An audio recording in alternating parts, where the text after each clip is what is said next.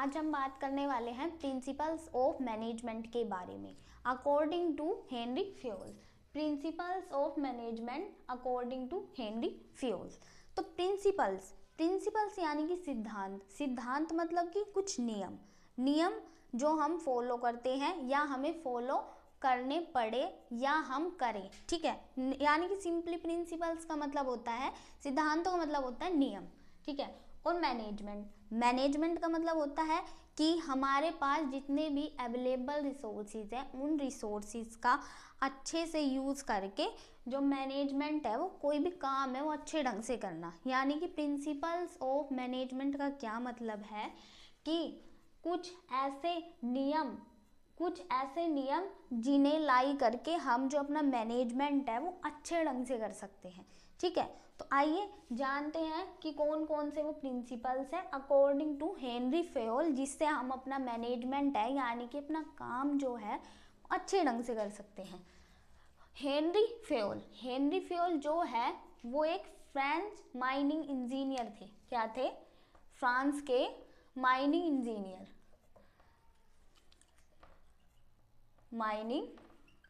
Engineer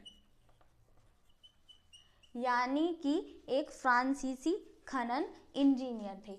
ये क्या थे? इन्हें फादर्स ऑफ मॉडर्न मैनेजमेंट कहा जाता है। क्या कहा जाता है? फादर्स ऑफ मॉडर्न मैनेजमेंट, क्योंकि इन्होंने मैनेजमेंट में 14 सिद्धांत दिए यानी कि 14 प्रिंसिपल्स दिए, जिन्हें हम हमारे मैनेजमेंट में लाई करें तो हमारा जो मैनेजमेंट है किसी भी बिजनेस का अच्छे ढंग से होता है और वो मैनेजमेंट है या वो बिजनेस जो है वो प्रोग्रेस करता है। उन्होंने कितने प्रिंसिपल्स दिए थे? उन्होंने दिए थे 14 प्रिंसिपल्स। तो उन्हें क्या कहा जाता है? इसलिए उन्हें फादर्स ऑफ मॉडर्न मैनेजमेंट कहा जाता है। इन्होंने जो 14 प्रिंसिपल्स दिए वो कहाँ पर दिए थे? उन्होंने अपने 14 प्रिंसिपल्स दिए थे अपनी book journal principles of management. कौन सी बुक थी? Journal principles of management.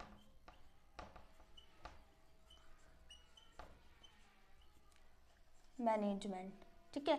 इन्होंने अपनी book journal principles of management में अपने जो 14 प्रिंसिपल्स थे वो दिए। तो आइए हम बात करते हैं कि वो 14 प्रिंसिपल कौन कौन से थे। फर्स्ट है हमारा डिवीजन ऑफ वर्क यानी कि कार्य विभाजन। इन्होंने जो फर्स्ट प्रिंसिपल दिया वो प्रिंसिपल्स था कि कार्य विभाजन, यानी कि जिस व्यक्ति को जो काम आता है उसे वो ही काम दो, ठीक है। डिवीजन ऑफ वर्क यानी कि काम का अच्छे से बंटवारा करो, जिसको जो आता है उसे वो काम दो, ठीक है। सेकंड इन्होंने दिया था अथॉरिटी एंड रिस्पॉन्सिबिलिटी। इन्होंने कहा जब हम किसी भी व्यक्ति को या हमारे एम्प्लॉय को कोई भी काम देना तो हमें उसको अपने काम के साथ अपनी अथॉरिटी भी देनी पड़ेगी और रिस्पॉन्सिबिलिटी, यानी कि उस काम को करने के जितने भी राइट्स है वो भी देने पड़ेंगे। और जब राइट्स दिए तो रिस्पॉन्सिबिलिटीज तो बनती है, ठीक है।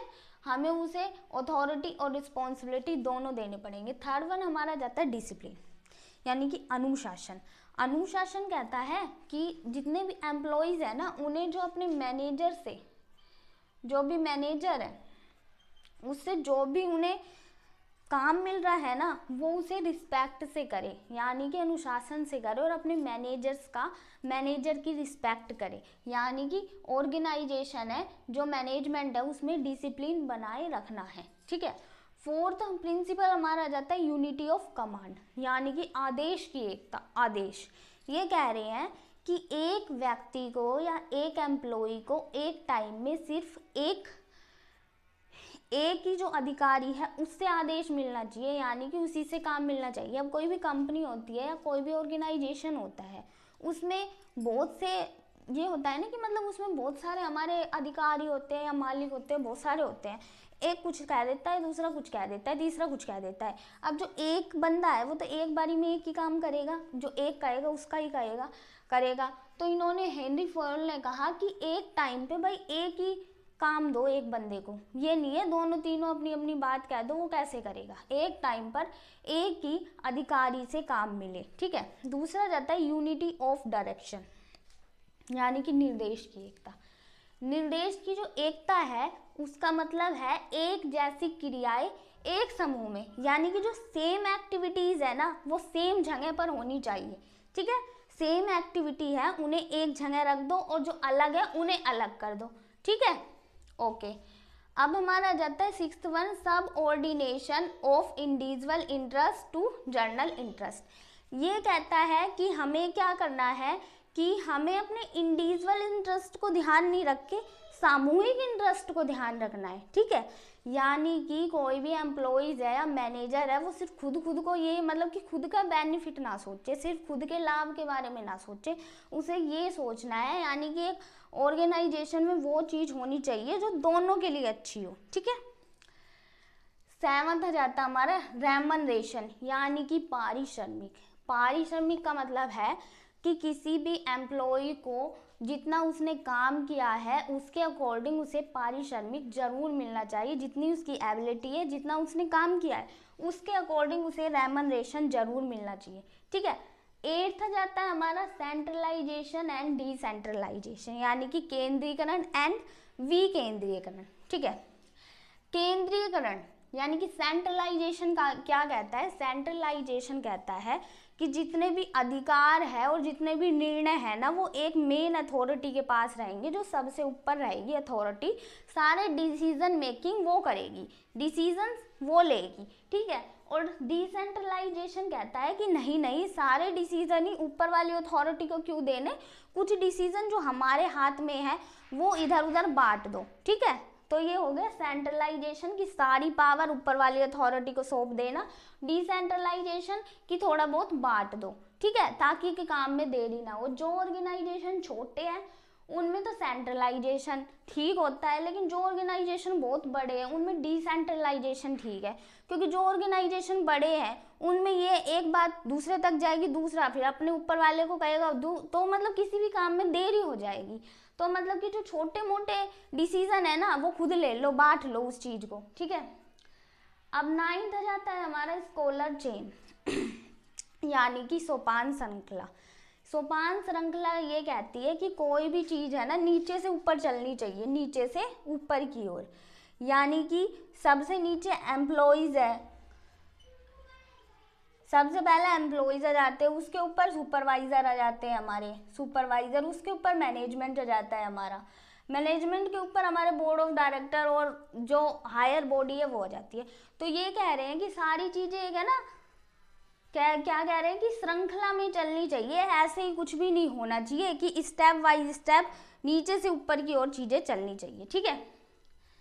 10th आ जाता है हमारा ऑर्डर। ऑर्डर यानी कि कर्म, कर्म यानी कि व्यवस्था, व्यवस्था व्यवस्थित, व्यवस्थित व्यवस्था।